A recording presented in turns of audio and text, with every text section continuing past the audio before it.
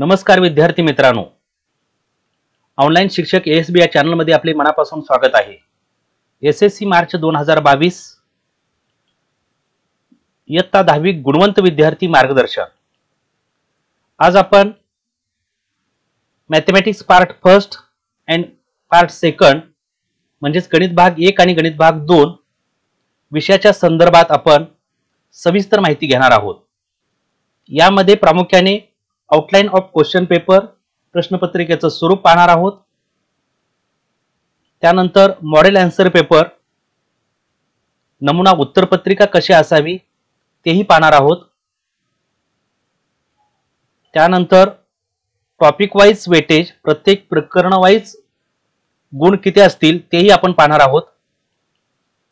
आणि शेवटी शैक्षणिक वर्ष 2021-22 साठी कमी झालेला अभ्यासक्रम तोही आपण पाहणार आहे। आपण जर ऑनलाईन शिक्षक एएसबी या चॅनलला सबस्क्राइब केलं नसेल तर आता सबस्क्राइब करा आणि बेल आयकॉन प्रेस करायला विसरू नका, म्हणजे येणारे नवनवीन व्हिडिओ प्रथम आपणास पाहावयास मिळतील। प्रथम आपण आउटलाइन ऑफ क्वेश्चन पेपर पाहणार आहोत। प्रश्नपत्रिकेचं स्वरूप mathematics part first and mathematics part second गणित भाग 1 आणि गणित भाग 2 साठी आउटलाइन ऑफ क्वेश्चन पेपर समान असेल। आता यामध्ये क्वेश्चन नंबर 1 त्यामध्ये ए हा उपप्रश्न आहे, सॉल्व मल्टिपल चॉइस क्वेश्चन्स, म्हणजेच हा एमसीक्यू आहे, मल्टिपल चॉइस क्वेश्चन्स। यामध्ये तुम्हाला 4 पर्याय दिलेले असतील, 4 पर्यायापैकी एक पर्याय तुम्हाला निवडायचा आहे। उत्तर लिहित असताना ए बी सी डी या 4 पर्यायापैकी फक्त एक बी किंवा सी किंवा डी आपल्याला फक्त त्या ठिकाणी अक्षर लिहायचं आहे, उत्तर लिहिण्याची आवश्यकता नाही। त्यामध्येच बी हा उपप्रश्न आहे, सॉल्व 4 आउट ऑफ 4, 4 पैकी 4 उपप्रश्न तुम्हाला सोडवायचे, 4 गुणांसाठी हा प्रश्न असेल, म्हणजेच प्रश्न पहिला हा एकूण 8 गुणांसाठी असेल। यामध्ये प्रत्येक प्रश्न हा 1 गुणांसाठी असेल। हा अतिशय सोपा प्रश्न असतो। क्वेश्चन नंबर 2 त्यामध्ये ए हा उपप्रश्न आहे, कंप्लीट 2 ऍक्टिव्हिटीज आउट ऑफ 3। आता या ठिकाणी तुम्हाला 3 ऍक्टिव्हिटी दिलेल्या असतील, त्यातील 2 ऍक्टिव्हिटी कंप्लीट करायच्या आहेत। यामध्ये तुम्हाला हा 2 गुणांसाठी प्रश्न असल्याने त्या ठिकाणी 4 चौकट दिलेले असतील आणि 4 चौकटसाठी अर्धा गुणांसाठी हा 2 गुणांसाठी प्रश्न असेल। तुम्हाला 4ही चौकटी करून त्यामध्ये उत्तर लिहिणं अपेक्षित आहे। आपण जर चौकट केली नसेल तर मार्क जाण्याची शक्यता आहे, म्हणून आपण चौकट ही केलीच पाहिजे, मग त्यामध्ये उत्तर लिहा। त्यामध्ये बी हा solve any 4 out of 5 sub questions, 5 पैकी तुम्हाला 4 उपप्रश्न सोडवायचे आहेत। हाही प्रश्न तुम्हाला 2 गुणांसाठी असेल, एकूण 4 उपप्रश्न सोडवायचे, म्हणजे 8 गुणांसाठी हा प्रश्न असेल। उपप्रश्न हा एकूण प्रश्न 2 म्हणजे प्रश्न दुसरा हा तुम्हाला 12 गुणांसाठी असेल। आता प्रश्न दुसऱ्यामध्ये प्रत्येकी 2 गुणांसाठी प्रश्न आहे, लक्षात ठेवा। आता प्रश्न तिसरा आपण पाहूया, question number 3 complete 1 activity out of 2। आता 2 ऍक्टिव्हिटी दिलेल्या असतील, त्यातील एक ऍक्टिव्हिटी तुम्हाला कंप्लीट करायची आहे। गुण आहेत 3। आता या ठिकाणी 3 गुणांसाठी प्रश्न असेल तर तुम्हाला 6 चौकटी दिलेल्या असतील आणि प्रत्येकी अर्ध्या गुणांसाठी असेल, म्हणजे 6 चौकट तुम्हाला कंप्लीट करायचे आहेत। त्यामध्ये बी हा उपप्रश्न आहे, solve any 2 out of 4 sub questions, 4 पैकी तुम्हाला 2 उपप्रश्न सोडवायचे आहेत। प्रत्येकी 3 गुणांसाठी हा प्रश्न असेल, म्हणजे हा प्रश्न 6 गुणांचा असेल। एकूण प्रश्न तिसरा हा 9 गुणांसाठी असेल। आता तुमच्या लक्षात आला असेल, प्रश्न पहिला हा प्रत्येकी 1 गुणांसाठी आहे, प्रश्न दुसरा प्रत्येकी 2 गुणांसाठी आहे, प्रश्न तिसरा प्रत्येकी 3 गुणांसाठी आहे। आता आपण क्वेश्चन नंबर 4 पाहणार आहोत। प्रश्न चौथा, solve any 2 out of 3 sub questions. या ठिकाणी तुम्हाला 3 प्रश्नापैकी 2 प्रश्न सोडवायचे आहेत। हा पुस्तकावर आधारित असेल, सिलेबसवर आधारित असेल, पण पुस्तकाच्या बाहेरील विचारलेला असेल। हा थोडासा चॅलेंजिंग असेल, ऍप्लिकेशन टाइप याच्यावरती आधारित प्रश्न विचारले जातील। हा एकूण 4 गुणांसाठी प्रश्न आहे, म्हणजेच 4 दोन्ही 8 गुणांसाठी हा प्रश्न असेल। प्रश्न 5वा पाहूया आपण, question number 5 solve any 1 out of 2 sub questions. यामध्ये तुम्हाला 2 प्रश्न विचारलेले असतील, त्यापैकी एक सोडवायचा आहे। हा सुद्धा पुस्तकावर म्हणजे सिलेबसवर आधारित असेल, मात्र पुस्तकाच्या बाहेरच असेल. आता यामध्ये ऍप्लिकेशन टाईप असेल, यामध्ये तुम्हाला एखाद्या प्रश्नाचं उत्तर दिलेलं असेल आणि प्रश्न तयार करायला सांगतील. उदाहरणार्थ क्वाड्रॅटिक इक्वेशन मध्ये तुम्हाला त्याचं सोल्युशन दिलं जाईल आणि त्याच्यावरून तुम्ही प्रश्न तयार करा असाही तुम्हाला प्रश्न विचारलेला असेल. म्हणजे हा चॅलेंजिंग प्रश्न आहे, प्रश्न 4 आणि प्रश्न 5. अशा पद्धतीने प्रश्नपत्रिकेचं स्वरूप असेल. Outline of question paper. आता या ठिकाणी पुन्हा एकदा 5 ही प्रश्न तुम्हाला मी दाखवतोय. प्रश्न पहिला क्वेश्चन नंबर 1 हा प्रत्येकी 1 गुणांसाठी असेल, म्हणजे एकूण 8 गुणांसाठी असेल. प्रश्न दुसरा प्रत्येकी 2 गुणांसाठी, एकूण 12 गुणांसाठी असेल. प्रश्न तिसरा प्रत्येकी 3 गुणांचा आहे, एकूण 9 गुणांसाठी असेल. प्रश्न चौथा प्रत्येकी 4 गुणांचा आहे, तुम्हाला एकूण 8 गुणांसाठी असेल. आणि प्रश्न 5वा मात्र एक सोडवायचा आहे, 3 गुणांसाठी असेल. असे एकूण तुम्हाला 40 गुणाचा हा पेपर सोडवायचा आहे. ऍक्च्युली तुम्हाला 60 गुणांचा पेपर असेल, त्यातील तुम्हाला 40 गुणांचा पेपर हा सोडवायचा आहे कंपल्सरी. आता गणित भाग 1 आणि गणित भाग 2 दोन्हीसाठी सेमच पॅटर्न असेल. तुम्ही प्रश्नपत्रिका व्यवस्थित समजून घ्या आणि जे जे प्रश्न पहिल्यांदा तुम्हाला सोडवता येतील, ज्यादा प्रश्न दिलेले असतील तर त्यातील जे तुम्हाला ऍक्च्युअली करेक्ट सोडवता येतात ते प्रश्न पहिल्यांदा टिकमार्क करा आणि ते व्यवस्थित स्टेप बाय स्टेप सोडवा. आपल्याला प्रत्येक प्रश्नाचं उत्तर व्यवस्थित लिहिल्याने गुण सुद्धा चांगले पडतील. आता आपण प्रश्नपत्रिका कशी असते त्या संदर्भात फक्त एक नमुना म्हणून दाखवतो या ठिकाणी. आता या ठिकाणी क्वेश्चन नंबर 1 आहे सॉल्व मल्टिपल चॉईस क्वेश्चन्स. आता या ठिकाणी तुम्हाला एकूण 4 प्रश्न असतील. प्रत्येक प्रश्नामध्ये 4 पर्याय दिलेत, ए बी सी डी. त्यापैकी तुम्हाला योग्य जे उत्तर असेल त्याचा फक्त पर्याय तुम्हाला लिहायचा आहे, ए किंवा बी किंवा सी किंवा डी. प्रत्यक्ष उत्तर लिहिण्याची आवश्यकता नाही. प्रश्न त्याच्यामध्येच परत बी हा आहे, तोही 1 गुणांचा आहे. हा सोपा प्रश्न असेल. जास्त याच्यामध्ये साधारण 2, 3 ते 4 स्टेपच्या आत उत्तर सोडवा. येथे तुम्ही टाइम घालवण्याची आवश्यकता नाही. प्रश्न दुसरा परत त्याच्यामध्ये ए आहे, तो ऍक्टिव्हिटी टाइप आहे. त्याच्यामध्ये तुम्हाला मी सांगितल्याप्रमाणे जर 2 गुणांचा असेल तर तुम्हाला त्या ठिकाणी 4 चौकट असेल. 4 ही चौकटी तुम्ही व्यवस्थित करून मग उत्तर त्याच्यामध्ये लिहा आणि कंप्लीट करा. परत त्याच्यामध्येच तुम्हाला बी हा सुद्धा प्रश्न आहे, तोही 2 गुणांचा आहे. एकूण 4 प्रश्न सोडवायचे आहेत. तोही सोपा असेल. 2-2 गुणांसाठी हा प्रश्न असेल. याच्यामध्ये साधारण तुमच्या 8 स्टेप्स त्याच्यामध्ये येतील. त्याच पद्धतीने प्रश्न तिसरा त्याच्यामध्ये परत ए हा आहे, त्याच्यामध्ये तुम्हाला परत एक ऍक्टिव्हिटी आहे, तीही तुम्हाला कंप्लीट करावायची आहे. त्यामध्ये 3 गुणांसाठी प्रश्न असेल तर तुम्हाला एकूण त्याच्यामध्ये 6 चौकट असतील, त्या पूर्ण कराव्या लागतील. त्याच पद्धतीनं परत प्रश्न 14 आणि प्रश्न 5 हा पुस्तकावर आधारित सिलेबसवर आधारित असेल, मात्र तो थोडासा चॅलेंजिंग असेल. मी आता सांगितल्याप्रमाणे तो ऍप्लिकेशन टाईप असेल.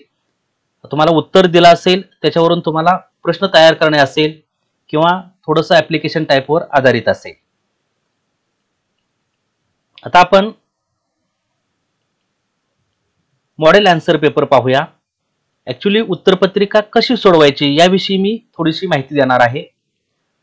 आता या प्रकारे तुमची उत्तरपत्रिका असेल. आता या ठिकाणी हा ब्लॅक कलरचा होलोक्रॉप्ट आहे. तुमचा नंबर दुसऱ्याला समजू नये, एक्झामिनरला समजू नये यासाठी पेपर संपण्यापूर्वी अर्धा तास हा स्टिकर तुम्हाला या ठिकाणी दिला असेल, तो तुम्ही लावणार आहे. याच्यामध्ये तुमची सही असेल, पर्यवेक्षकाची सही असेल. आता गणित भाग आणि गणित भाग 1 आणि गणित भाग 2 चा जर विचार करता, इथं तुम्ही सब्जेक्ट मॅथ्स लिहू शकता. इथं पेपर 1 म्हणा, जर जॉमेट्री असेल तर पेपर 2 म्हणा, कंसात अल्जेब्रा जॉमेट्री लिहिलं तरी चालेल.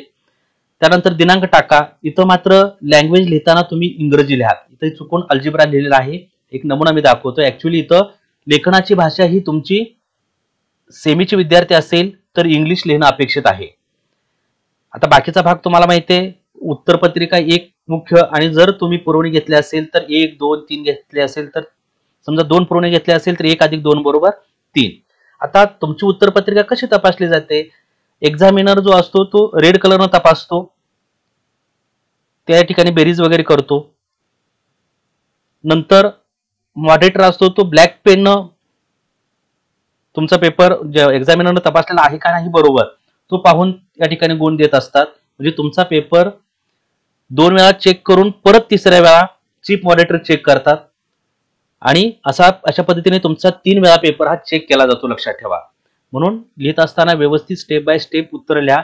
शक्यतो प्रश्न एका क्रमानेच लिहा. पहिला प्रश्न लिहिला, मध्ये चौथा लिहिला, परत तिसरा. शक्यतो असं करू नका. प्रश्न हे क्रमानेच लिहा.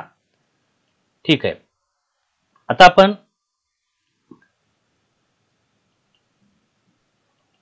मॉडेल आन्सर पेपर पाहणार आहोत. मॉडेल आन्सर पेपर कसा असेल. आता या ठिकाणी मी एक पेज दाखवलेला आहे. आता या ठिकाणी वरती जो भाग आहे क्वेश्चन नंबर या ठिकाणी तुम्ही काही लिहिणार नाही. एक्झामिनर तुमचे गुण या ठिकाणी दर्शवणार आहेत. त्यामुळे तुम्ही इथून सुरुवात करा. प्रश्न क्रमांक म्हणजे क्वेश्चन नंबर 1 या ठिकाणी लिहिणार आहात. आता हे करत असताना समास कसा करायचा बघा. आता हे तुमच्या पद्धतीने तुम्ही केलं तरी चालेल, पण मला असं वाटतं की एक तुम्ही आतल्या बाजूला रेषा मारा आणि एक बाहेर. का मारायची ते आता मी तुम्हाला सांगतोय. आता प्रश्न पहिला सोडवत असाल तर इथं क्वेश्चन नंबर 1 त्याच्यामध्ये ए हा उपप्रश्न असेल आणि ए मधला असणारे जे प्रश्न आहेत ते आपण या ठिकाणी आता लिहिणार आहे. या ठिकाणी आपण रोमन लिपीत 1 लिहिलेला आहे. तिथं ज्या ठिकाणी असं म्हणजे समजा स्मॉल ए असेल तर ए लिहा किंवा रोमन लिपीत 1 2 3 असेल तर ते लिहा. प्रश्न पहिला त्यातला ए मधला 1 त्याचं उत्तर. आता पहिला प्रश्न आहे तो एमसीक्यू टाईप आहे, मल्टिपल चॉईस क्वेश्चन. त्याचं उत्तर फक्त आपल्याला लिहायचं आहे. आता ही बी लिहून ह्या बीला कंस केला तरी चालेल. परत दुसरा प्रश्न त्याचं उत्तर लिहा. फक्त तुम्ही इथं ABCD लिहिणार आहात. प्रश्न पहिल्यातला ए एमसीक्यू आहे, इथं उत्तर लिहिणं अपेक्षित नाही. म्हणजे ऍक्च्युअली उत्तर लिहिणं म्हणजे एच पर्याय फक्त लिहिणं अपेक्षित आहे. तिथं उत्तर सोडवणे किंवा तिथलं उत्तर जे येतं ते इथं लिहिणं अपेक्षित नाही. फक्त तुम्हाला पर्याय क्रमांक या ठिकाणी लिहायचा आहे. अशा पद्धतीनं 4 प्रश्न होतील. 4 प्रश्न झाल्यानंतर त्याच्या खाली एक रेषा मारा म्हणजे पेपर टापटीप वाटेल. त्यानंतर बी हा प्रश्न त्याच पानावरती चालू करा, कारण पहिला प्रश्न नवीन पानावरती आपण चालू करतो. पहिला प्रश्न आहे त्यातला ए हा संपलेला आहे, लगेच बी चालू करा. परत त्यातील पहिला सोडवा, खाली रेषा मारा, परत दुसरा प्रश्न सोडवा. आता या ठिकाणी प्रश्न परत पहिल्यातलाच बी घेतोय आपण, म्हणून मी इथं बी मधला 2 असं लिहिलेलं आहे. तो सोडवा, रेषा मारा. परत प्रश्न तिसरा लिहा, त्याचं उत्तर झाल्यानंतर रेषा मारा. प्रश्न चौथा आणि रेषा मारा. आता मात्र त्या पानावरती जागा जरी शिल्लक असेल प्रश्न पहिला सोडवल्यानंतर, मात्र त्या ठिकाणी प्रश्न दुसरा आपण लिहिणार नाही. नवीन प्रश्न हा नवीन पानावरती घेणार आहोत. या ठिकाणी परत दुसरा प्रश्न आपण घेतलेला आहे. त्याच्यामध्ये ए आहे, ए मध्ये परत पहिला प्रश्न आहे, त्याचं उत्तर लिहिणार, रेषा मारणार. याच पद्धतीने प्रश्न दुसरा लिहिणार आणि रेषा मारणार. अशा पद्धतीने आपण उत्तरपत्रिका सोडवली पाहिजे. आता आपण टॉपिक वाईज वेटेज पाहणार आहोत.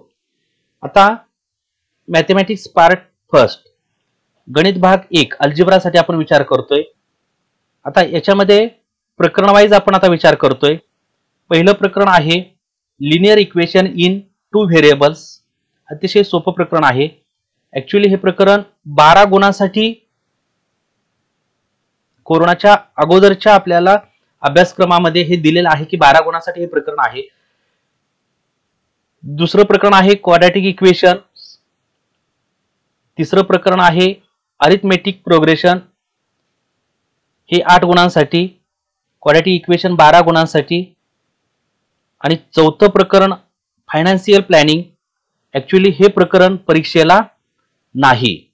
म्हणजे पहिलं प्रकरण आहे, दुसरं आहे, तिसरं आहे. चौथं प्रकरण फायनान्शियल प्लॅनिंग हे परीक्षेला नाही. परत 5वं प्रकरण प्रोबॅबिलिटी, हेही प्रकरण तुम्हाला परीक्षेसाठी आहे 8 गुणांसाठी. आणि 6वं प्रकरण परीक्षेला नाही. आता या ठिकाणी गणित भाग 1 मॅथमॅटिक्स पार्ट फर्स्ट मध्ये एकूण 6 प्रकरणापैकी तुम्हाला 4 प्रकरणं आहेत. पहिलं, दुसरं, तिसरं आणि 5वं. ऍक्च्युअली हे 12 आणि 12 24 आणि 8 32 आणि 8 40 गुणांसाठी हे प्रकरण असेल. पण आता लिनियर इक्वेशन इन 2 व्हेरिएबल्स याच्यातलाही काही भाग कमी झालेला आहे. क्वाड्रॅटिक इक्वेशन मधला काही भाग कमी झालेला आहे. अरिथमेटिक प्रोग्रेशन आणि प्रोबॅबिलिटी यामधील कोणताही भाग कमी झालेला नाही. आता ऍक्च्युली हे 2 प्रकरण कमी झालेत, म्हणजे हे 8 आणि 12 20 गुण आता तुम्हाला जे कमी झालेले आहेत ते 20 गुण आता तुम्हाला या ठिकाणी वाढवावे लागतील. म्हणजे ह्या 20 गुणांचे प्रश्न आता ह्या 4 प्रकरणावरती तुम्हाला विभागले जातील. ते कसे असतील बघा. आता एकूण पूर्वी 60 गुणांचा हा पेपर, आता याच्यामध्ये हे 2 प्रकरण कमी झाल्यामुळे 20 गुण कमी झाले. म्हणून मी काय केलेलं आहे की पहिल्या प्रकरणावरती आता 6 गुणांचे प्रश्न जादा येतील, दुसऱ्या प्रकरणावरती परत 6 गुणांचे, म्हणजे पहिलं प्रकरण 18 गुणांसाठी, दुसरं प्रकरण 18 गुणांसाठी, तिसरं प्रकरण 4 गुणांसाठी असेल जादा म्हणतोय मी, म्हणजे एकूण 12 गुणांसाठी असेल, आणि 5वं प्रकरण परत 4 गुणांसाठी तुम्हाला वाढवून विचारलं जाईल. म्हणजेच आता हे टॉपिक वाईज वेटेज मध्ये बदल असेल. पहिलं प्रकरण तुम्हाला 18 गुणांसाठी असेल, दुसरं प्रकरण 18 गुणांसाठी असेल, तिसरं प्रकरण 12 गुणांसाठी असेल, आणि 5वं प्रकरण 12 गुणांसाठी असेल.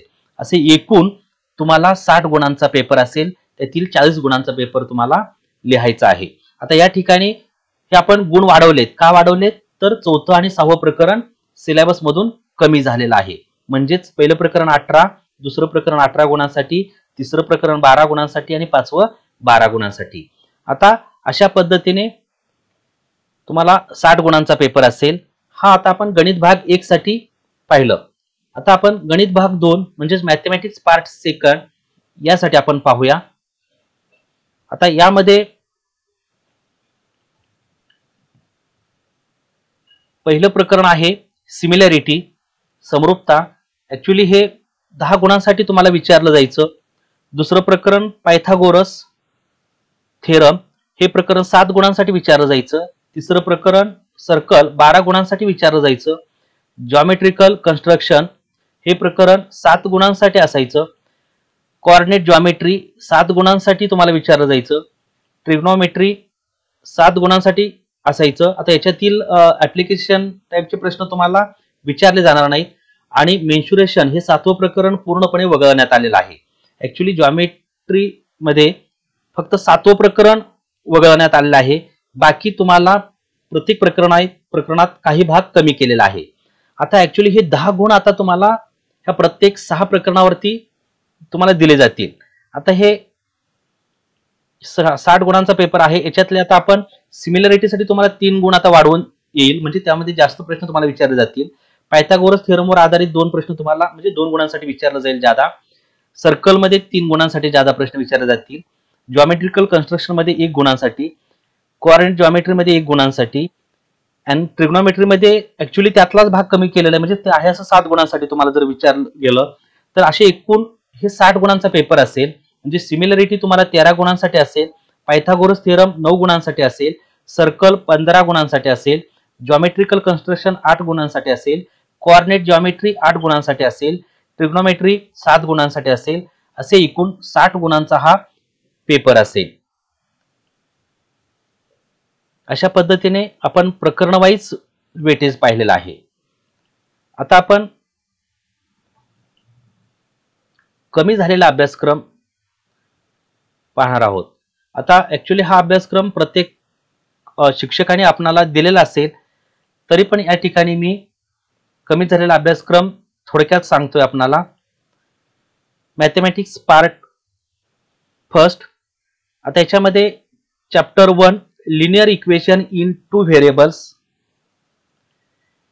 यामध्ये page number 2 complete from 4th row in both the columns, page number 3 rows 1 to 7 in example 2, page number 4 practice set 1.1 question number 1, page number 5 1 to 6 sub questions of practice set 1.1 question number 2, page 16 activity rows 15 to 20, pages 17 and 18 completely. म्हणजे page number 17 आणि 18 पूर्णपणे वगळण्यात आलेला आहे.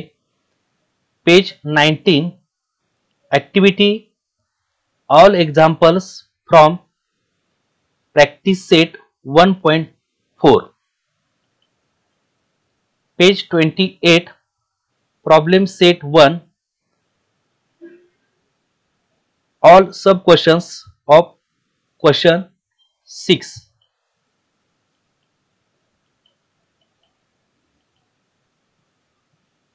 Chapter 2, quadratic equation. Page 37, complete page from row 7 onwards. Page 38, complete page number 38 हे complete वगळण्यात आलेलं आहे. Page 39, rows 1 to 9 of example 2, all examples from practice set 2.3. Page 42, complete page number 42 complete वगळण्यात आलेला आहे, पूर्णपणे वगळण्यात आलेला आहे. पेजेस 46 and 47 completely या ठिकाणी पेज नंबर 46 आणि 47 पूर्णपणे वगळण्यात आलेला आहे. Page 43, activity based on completing square method. आता यामध्ये कंप्लीटिंग स्क्वेअर मेथडची पूर्णपणे उदाहरणं वगळण्यात आलेली आहेत. Page 49, let's remember rows 2 to 4, sub questions 3 of question number 1 in practice set 2.5.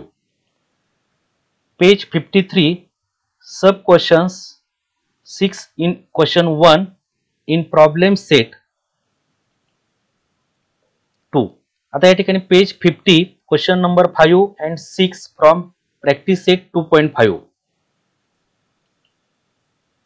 Page 54, question 10 in problem set 2.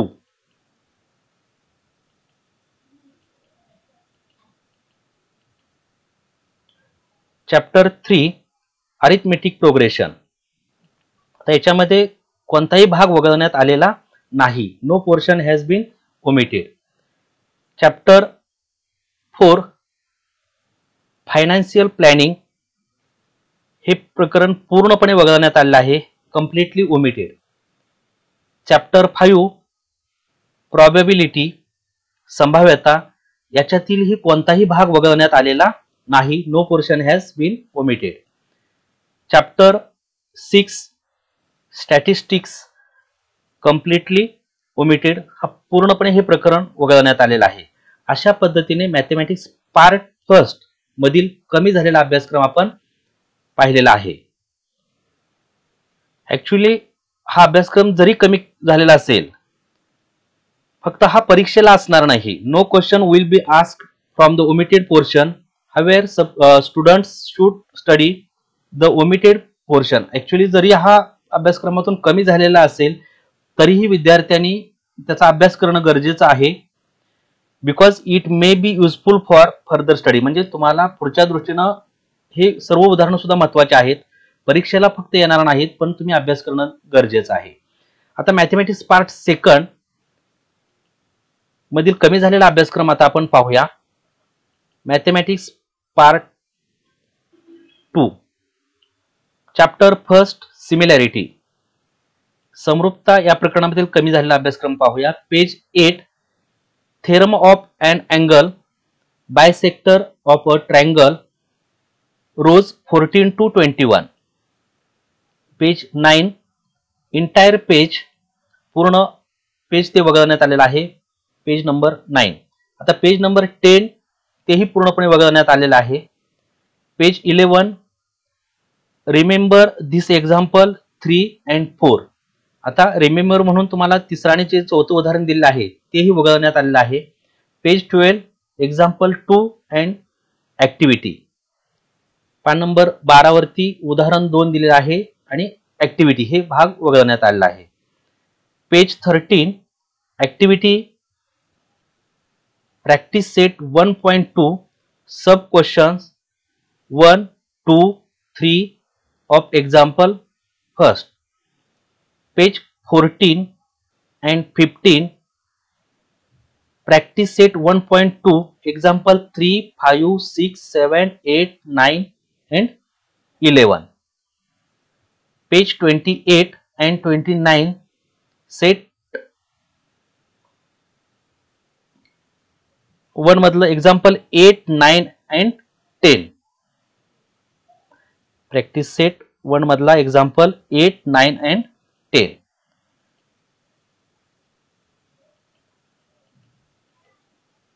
त्यानंतर चॅप्टर 2 पायथागोरस थेरम.